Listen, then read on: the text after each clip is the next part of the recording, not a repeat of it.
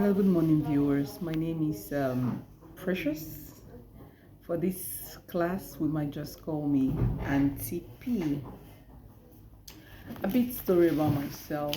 I had the privilege of studying in China, and by so doing, I speak Chinese language.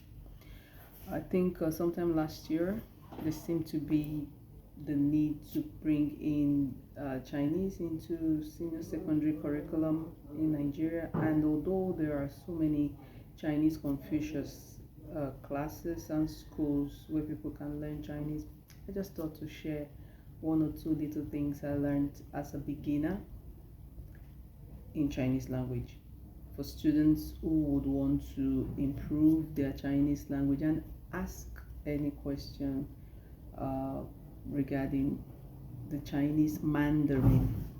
Now let's understand that Chinese language is broken into different, call it dialects, but the one you probably would need for exams or for teaching would be Putonghua. Putonghua happens to be the Chinese official language. By that I mean, I know some of you will be confused. What is Chinese official language? Now there are different dialects in Chinese. You have Cantonese, you have different provinces have their dialects. When they speak differently. So if you're not from that group of people, it's just like in Nigerian context, you have the Benin, you have the Ishan, you have the Isako. Now they have similarities in language, maybe pronunciation may be different, but there's similarity. However, it's different. So that's the same thing with the Chinese language. The you have the different dialects from the different provinces and different counties. They have their different dialects. Similarities are there, but sometimes some Chinese don't understand the dialect or the language spoken by other people. So for that reason, just like we have English as our major language, they have Putonghua, which is, you might want to call the Beijing language as the general language, because in Beijing, I think they speak pure Mandarin mostly, except if other people who came into Beijing to stay are from other little provinces, but now they stay in Beijing. But in Beijing, they speak Putonghua, and that is the official language. That is what they call Mandarin. So when people go to China to study, they are principally taught Mandarin in class. Now they could learn the other dialects in the different for example, I studied in Hunan province, Changsha to be precise, and the way the Changsha people speak different from Putonghua. Like I said, few similarities, but generally different. So for that, for the purpose of writing, purpose of studying in class, they had to stick to the Mandarin, which is called, according to the Chinese, Putonghua.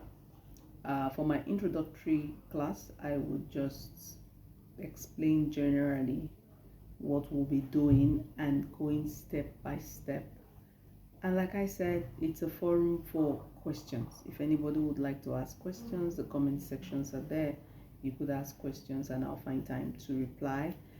And one other thing we may not be doing much in this class will be writing Chinese. Thank God we have AI now that can interpret. However, in your exam, I wouldn't know how the exams will come off later, but when I did Chinese back then, we wrote with our ends.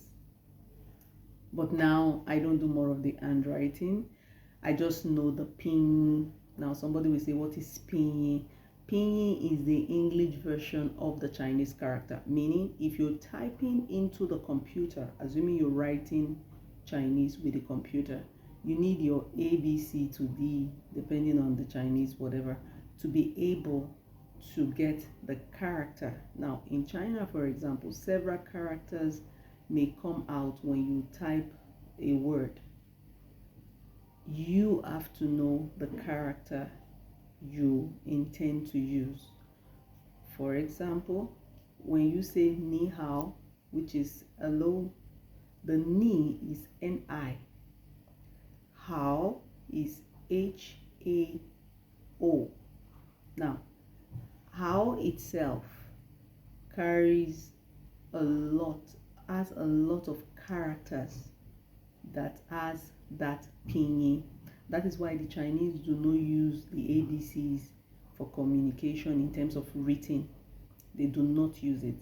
The reason is clear. The reason is simply because if they do it, they would confuse a lot of people because they would not be able to know what ni are you talking about or what how are you talking about. As we go on in the introductory lectures, we'll be able to see and know some differences about the Chinese characters and why the characters are the things they use. They cannot confuse the character, but they can confuse the pinyin. But as a beginner, you will need to know the pinyin to be able to know which character represents what, regardless of the similarity of the pinyin language. So that is what we'll be doing in this class, just giving us a general background. Now, just like we have the nouns, the pronouns, the verbs, the adjective, preposition, preposition conjunctions, we have all that in Chinese as well. And for example, I'll just give you the names. Maybe in the next class we'll see more pictures and we'll be able to know what we are saying in details. This is just an introductory class to just get you abreast with what we'll be saying in the next classes so we can get that understanding. So for example, the noun, if you're speaking to a Chinese person and you're going to say noun, is called min si. Min naturally means name. The zi there, it's, you could say, is the adjoining words, that word, that's word mean noun, means. If you're talking of pronoun, is dai zi, dai zi, dai zi. The verb is don't.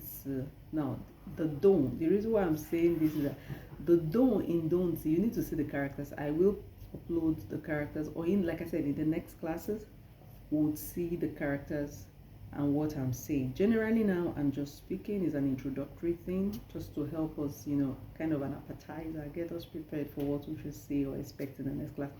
So when you say don't, the don't, verb, they say is an action word, it's a doing word. Now, so the don't, the character of the don't in don't is a doing character. It's a character you use when you're trying to say an action, a movement, something was moved. Then you have the shirons, that's adjective. For numerical things or numbers, we call it shoots. Shoots. Shu means numbers. Shoots. Like I said, the si there is just an adjoining word you had. We have a lot of that in Chinese. And as we go, I'll tell you what those, we call those things, like they call them the particles. Yeah, in English it's called particles, in Chinese it's called juts. Like it looks like if you don't put them, the words look like they are hanging, but they really don't mean anything, even in the sentence. I'll tell you, I'll give an example as we go, so you see, and then in the next class we'll see the pictures, we'll see the letters, we'll see the characters, and we can relate more. Then the preposition is jes, and conjunction is lians. Now the lian, I'm using those lian. The lian there has to do with something joining. The character is a character you use when you when it looks like you kind of they use when they want to say we are having a communion or a community, or we're joining or we're cooperating. So it's quite interesting. Chinese character is difficult to write, no doubt about it. But with computers now, if you know your pinyin very well, pinyin, like I said, is the English ABCs you write on your system, on your phone. You see the Chinese write all those. They have their phones, they don't have the characters on their phone. It's still the ABCs that are on the phone. So, but when they know how to mix the characters up, like I said, ni, ni, and how, h-a-o, when they mix those together, they are able to know, oh, this is a character. I mean, the character I'm trying to pick up is the LO character, or the character I'm trying to pick up is another character. So it goes on that way. Now, the Chinese pronunciation has a lot to do with the breath. I would like to forgive me to use the Yoruba, because that's that I'm kind of familiar with the Yoruba tones. Yoruba has something they call ami, I mean, it has to do with the tones the marks that are on the words that tells you the pronunciation, the tones. Now, those are also very important in Chinese language because the tone will determine which character and determine the meaning. Yeah, it's somehow right, but that's just it. It's just like in Yoruba they'll say Ogun, Ogun, Ogun. Ogun is like drug, and it's like the marks are like on the horizontal and the down mark. Ogun, that's like drugs. Ogun, that could be war or 20 in figure. Now, if you put those marks, if you write in OGUN and you put the down marks on both, if you're trying to say 20, for example, you would have missed it. You would have missed it. You confuse the Yoruba person trying to read that. That's the same thing with Chinese. So your marks matters a lot.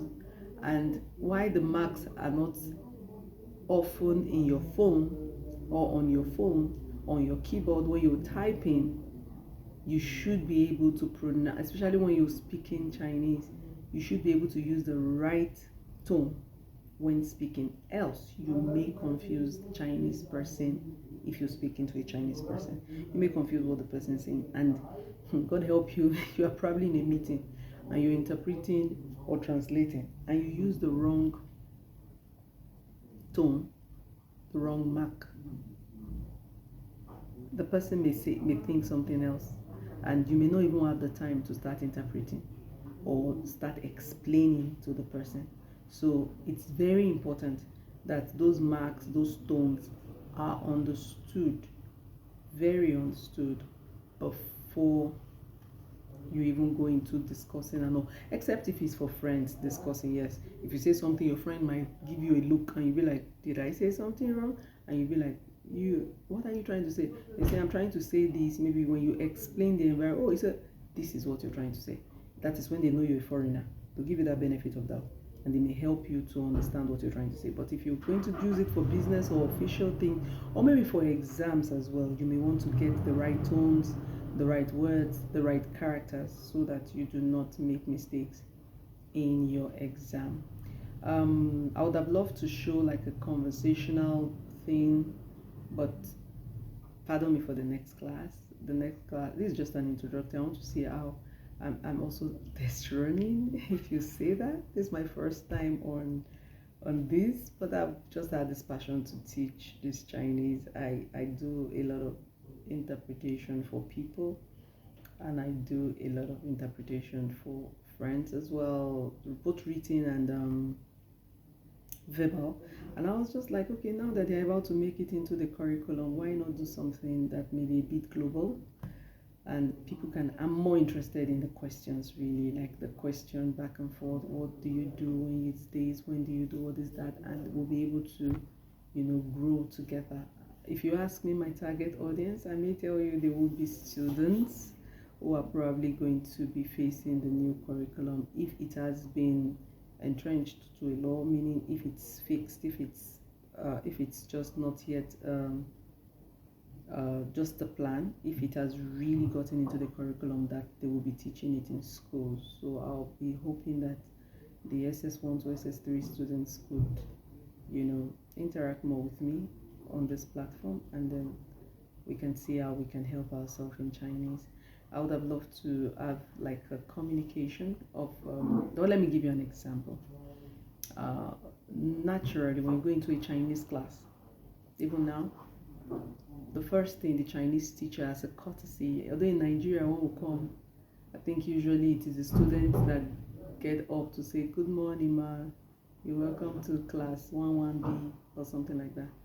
But in the Chinese context, it is the Chinese teacher that raised the greeting first. You hear something like, Dong Shui Men Hao. Dong Shui Men Hao. If you listen to my tone, you see the tone are the up tone. Shui had the up tone. Men was a bit silent. It looked like there is no tone at all. How looks like a down up tone. It's funny, right? The reason why I said that is that China has 4 tones. They have the horizontal tone, which is more like the flat tone, similar to, I think the Yoruba may have that too. I think so. They have the up tone. Tone, your voice goes up, your tone goes up. Dice, dice, die, the die, it's the down tone. Then when I said how, the how there is a how is like a V. It's like a V. So you have the dash, the up, the down, the V. The V is when you have a combined tone. Mostly familiar for this how, at least in my training generally, I see it mostly for how, for war. War means high. That's W-O, and on the O you have the V tone. So for how and war, I think those are more, and knee. I also have the knee. I think those are the few ones where you get the up down tone. But as we go, and as I try to share my screen later, where you'll be able to get the picture and see the notes, then you may relate better. I also will be able to explain better. For now, let's just tantalize you. Let's give you some appetizer and let's see how it starts. It's going to be a short video just for introduction. So, but just don't forget, you have the 4 tones in Chinese: the horizontal tone, the up tone, the down tone, and the up tone, the down tone, and the V tone. That's the down up tone. So usually it's the teacher that will come in and say "Ton shui men hao." Ton shui men means students, and that means hello student. How means good. How means hello. You know, it just depends on the context you're using it. So if I'm saying hello to you, it's going to be ni hao. It's going to be ni hao, and on face value, on direct interpretation, ni means you, hao means good. So I can't say you good, but if you look at it, if you put it in context, it's like you're good, and that's like saying hello. When somebody tells you hello, it's like a greeting to like, how you doing? I hope you're good. It's like a quick verbal greeting that is not so formal in a way, but sometimes they use it informal. Hello, hi, you know, hello, hi, all those are ni hao. Hello, how in Chinese is ni hao. So, and the ni there means you, just in case you're using it in other contexts and you're using you. You is ni, how is good. In other things, somebody say, is this thing good? It means, take a donshi how ma. Now I've gone a bit far, but we'll get there. You can see the how is there. This thing, is this thing good? Take a donshi how ma. So they are trying to say, is this thing good? So when they say ni hao, or they want to say hello, you will always hear the word how. Or when they want to agree with you that, okay, they can use something how. It's still the same character. So as we go, we'll get there. Let's just take it gradually. So Ton Shui Men Hao could say anything after them. For example, in this example, Shen Zai Shankar, meaning let's begin the class. Now let's start the class. Let the class begin. And then in response, the students usually, when they say Ton Shui Men Hao, the people will say Lao Shi Hao. Lao Shi is teacher. Lao Shi means teacher. So Lao Shi Hao. You know, if they know the teacher's name, they might say Wan Lao Shi Hao, Shi Lao Shi Hao, Ju Lao Shi Hao, you know, Shu Lao Shi Hao. They could put the teacher's name, but if they don't put the teacher's name, it's fine.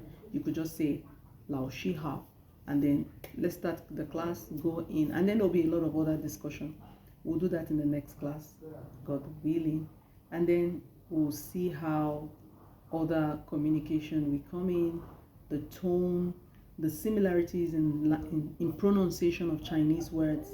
Sometimes I've heard people say, oh, these things are confusing. For example, there are some words in the Chinese language that Chinese have, they also have their consonants and their verbs, vowels. So we need to understand that.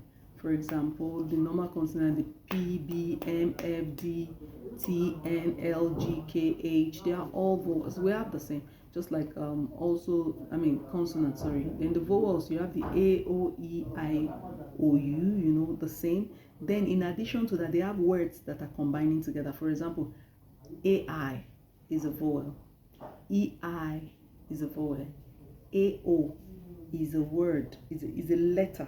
Those two together is like a letter, it's together.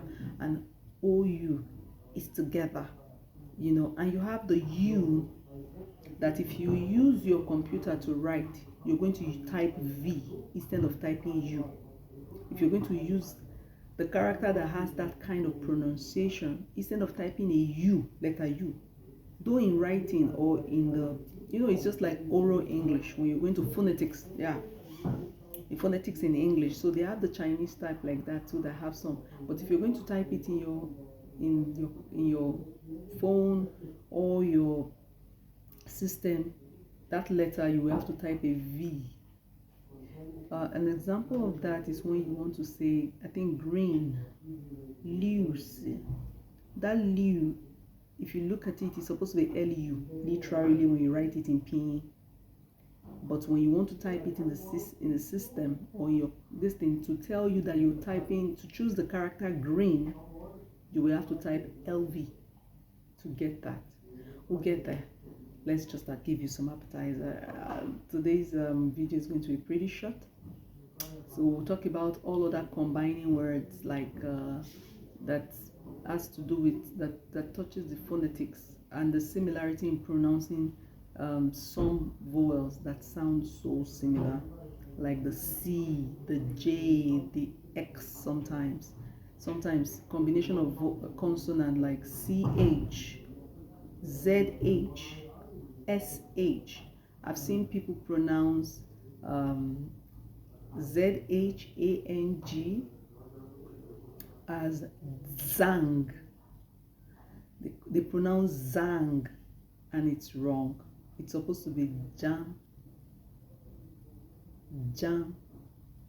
not Zang. You see the similarity between the ZH, the J, the Q, the X. You have the CH. Some people want to say like China, some people, you say China, CHINA.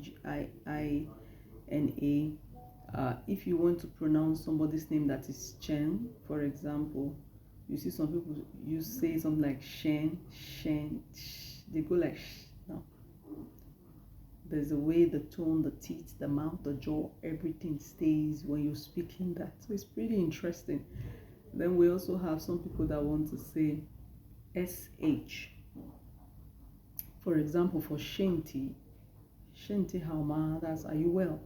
Is your body well? Shanti means body. It's SHENTI.